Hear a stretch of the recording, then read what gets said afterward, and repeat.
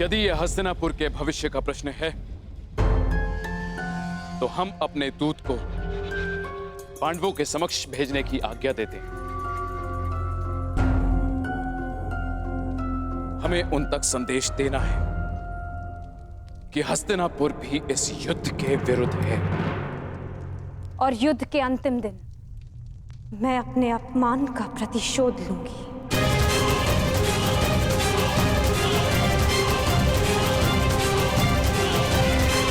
जिस दिन दुर्योधन का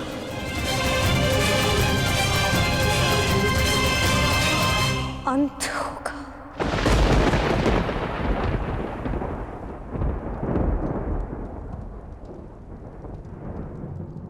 महाराज ऐसे ये मेरा अंतिम निर्णय है कर्ण।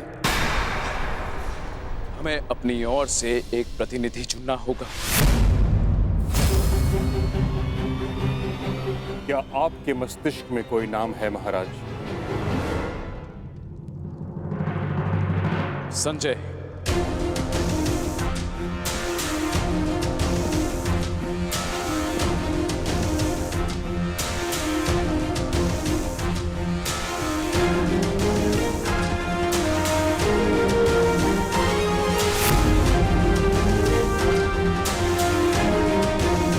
प्रणिपात महाराज।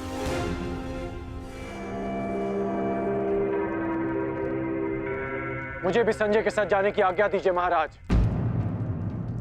नहीं कर्ण, यह एक अत्यंत संवेदनशील प्रकरण है। हमें योद्धा नहीं, नीतिपरक मनुष्य चाहिए।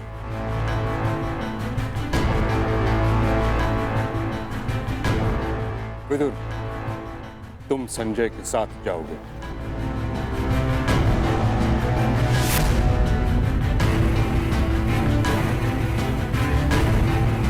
तो ठीक है,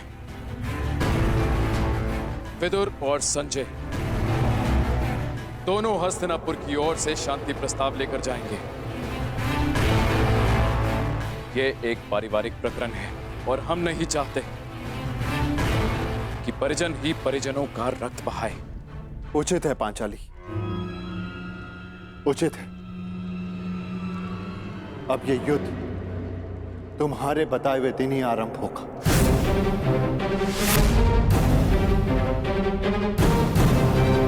और इसका संदेश हम कौरवों तक पहुंचा देंगे।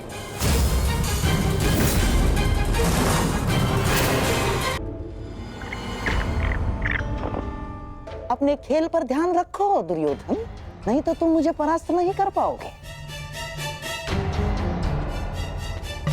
क्षमा कीजिए महाश्री, आपके इस अवसर में आपके जितना कौशल नहीं है मेरा, और खेल में मेरा ध्यान नहीं लग रहा है, क्योंकि मुझे समझ में ही नहीं आ रहा है कि आपने ऐसा किया क्यों।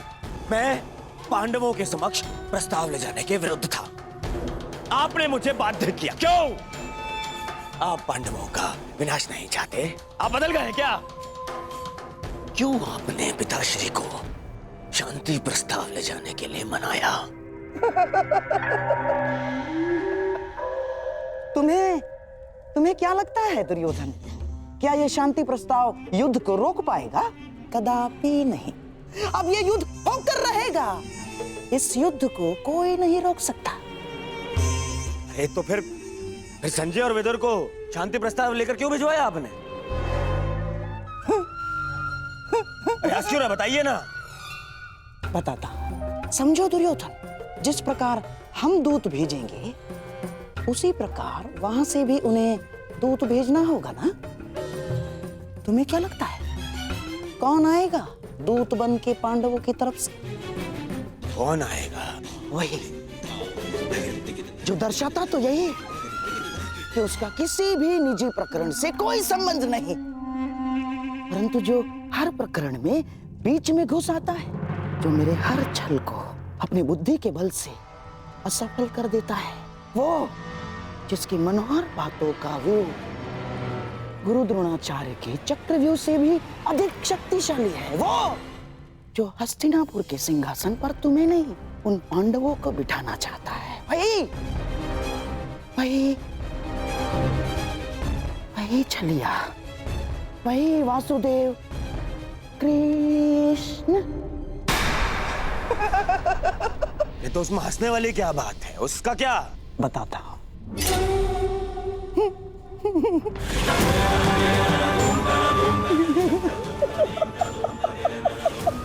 चलिए।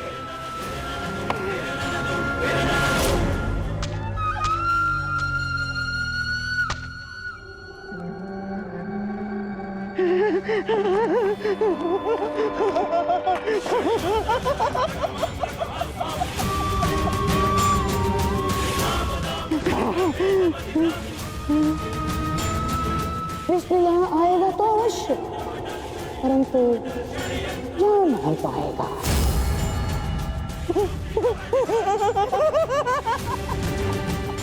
जा नहीं पाएगा।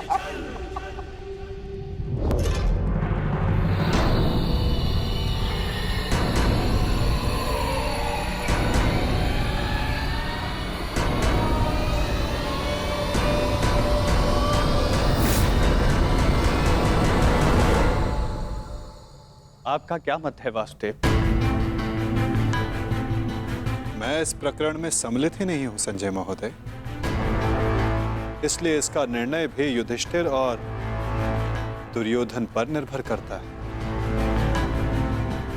परंतु मेरा यह कर्तव्य है कि मैं आप लोगों के विचारों को जानूं, क्योंकि शांति प्रस्ताव के लिए आप सबके समक्ष मुझे भेजा गया है और मैं ये आशा करता हूं कि धर्मराज भी शांतिपूर्वक इस प्रस्ताव पर विचार करेंगे। वो तो इस पर निर्भर करता है कि आपके युवराज का क्या विचार है। मैं केवल महाराज धृतराष्ट्र का संदेश लेकर आया हूं वासुदेव। युवराज दुर्योधन के विचार मैं नहीं जानता, क्योंकि मेरे पास दिव्य दृष्टि नहीं है। किसे ज्ञात संजय महोदय, किसी दिन आपको दिव्य दृष्टि मिल जाए और आप वो देख पाए जो सबके लिए संभव ना हो।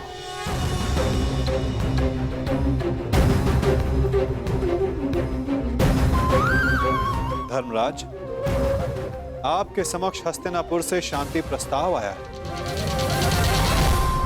क्या विचार है आपका?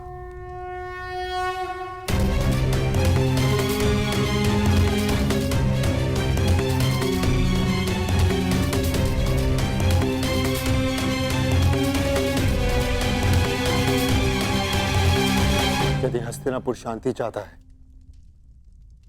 तो हमें भी युद्ध करने की कोई ललक नहीं।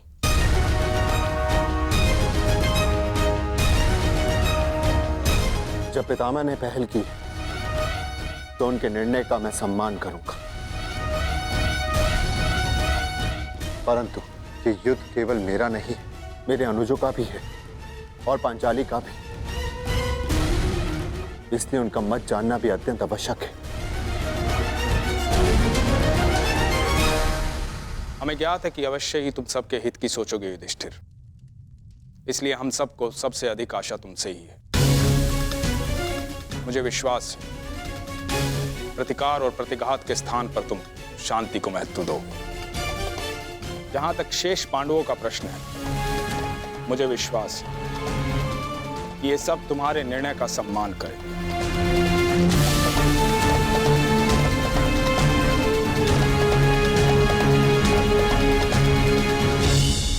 विचार विमर्श करके उत्तर दे धर्मराज, क्या निर्णय होगा आपका?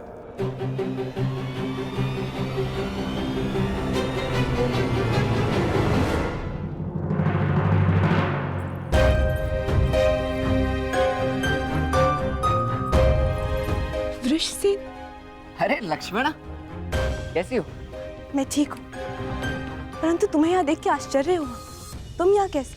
वो मैं शाम से मिलने आया था। हाँ, परंतु कुमार शाम से पहले मैं तुमसे मिलना चाहती थी। परंतु क्यों? क्योंकि अब केवल तुम ही अपने मित्र को इतनी बड़ी भूल करने से रोक सकते हो। सांब युद्ध में न केवल अपने पिता के विरुद्ध खड़े हो रहे हैं, अपितु वो स्वयं हस्तिनापुर की ओर से नारायणी सेना का नेतृत्व कर रहे हैं। परंतु अभी भी कुछ नहीं बिगड़ा है वृषसेन। सांब तुम्हारा मित्र है, उसे समझाओ, वो तुम्हारी बात कभी नहीं टालेगा। क्षमा चाहता हूँ लक्ष्मण। देखो, मैंने सदैव मित्र बनकर तुम्हारी सहायता की है, तुम्हारा पक्ष लिया है, परंतु आज मैं साम का पक्ष लूंगा। ऋषिसेन, हाँ लक्ष्मण, मैं ये बहुत पहले ही निर्णय ले चुका हूं कि साम जिस भी पक्ष में होगा मैं सदैव उसी का साथ दूंगा।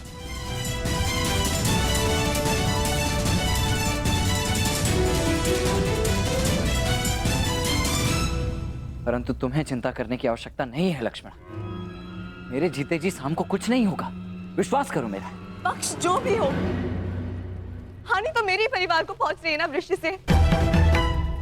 तुम ही बताओ मुझे, प्रभु से मैं किस पक्ष के लिए प्रार्थना करूं? दोनों ही पक्षों में मेरा ही परिवार लड़ रहा है।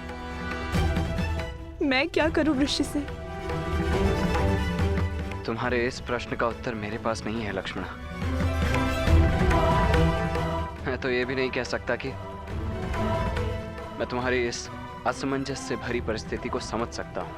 तुम इस युद्ध में भाग क्यों ले रहे हो ऋषिसेन? तुम्हारा तो पांडवों से कोई संबंध नहीं है, तो तुम अपने पिता के साथ इस युद्ध में क्यों भाग ले रहे हो? केवल इसीलिए लक्ष्मणा, क्योंकि साम कौरवों के पक्ष में, और इससे अधिक मेरे लिए कुछ महत्वपूर्ण नहीं। ऋषिसेन, मैं भान है तुम कितनी बड़ी भूल कर रहे हो। नहीं भान है तुम्हें, यदि भान होता तो इस युद्ध में भाग लेने के बजाय उसे रोकने का प्रयत्न कर रहे होते। तो मैं तुम्हारे समक्ष बहुत सी उम्मीदें लेकर आई थी ऋषिसेन, परंतु प्रतीत होता है कि मेरी भूल थी। अपना ख्याल रखना ऋषिसेन।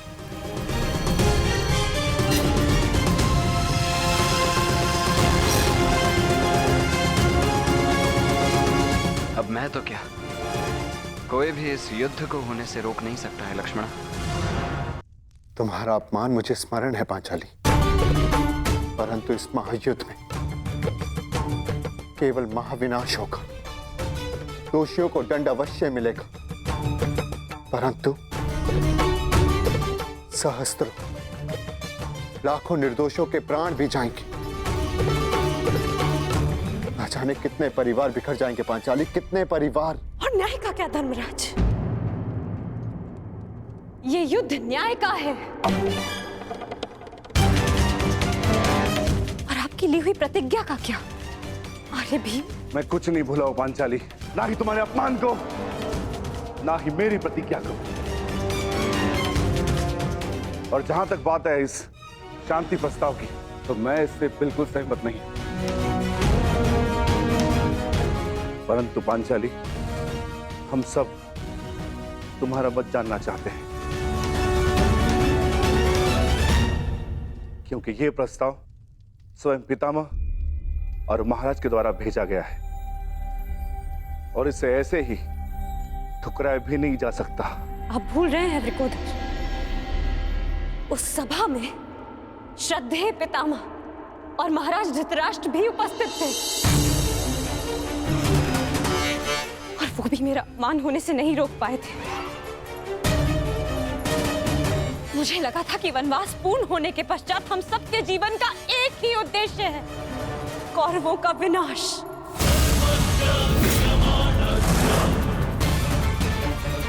परंतु अब मुझे ऐसा प्रतीत होता है कि आप सबके लिए केवल प्रस्ताव ही महत्वपूर्ण है। एक प्रस्ताव पर आपने अपना सब कुछ खो दिया, और आज एक दूसरे प्रस्ताव में आप सब कुछ भुला दिया जो हमने खोया था। क्या एक शांति प्रस्ताव कौरवों के दिए गए वर्षों पुराने घावों को भर सकता है? आप सबके दिए गए वचनों को भुला सकता है? यज्ञसेन, यदि तुम चाहो तो इस संधि को ठुकरा सकती हो। तुम्हें इसका पूर्ण अधिकार है, परंतु इसके पहले कोई भी निर्णय लेने से पूर्व मैं सखा वासुदेव से वार्तालाप करना चाहती हूँ।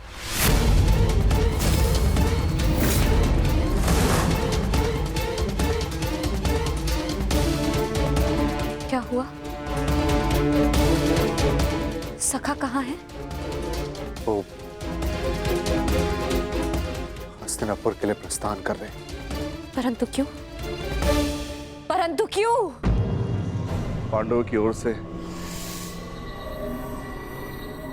शांति दूत बनकर।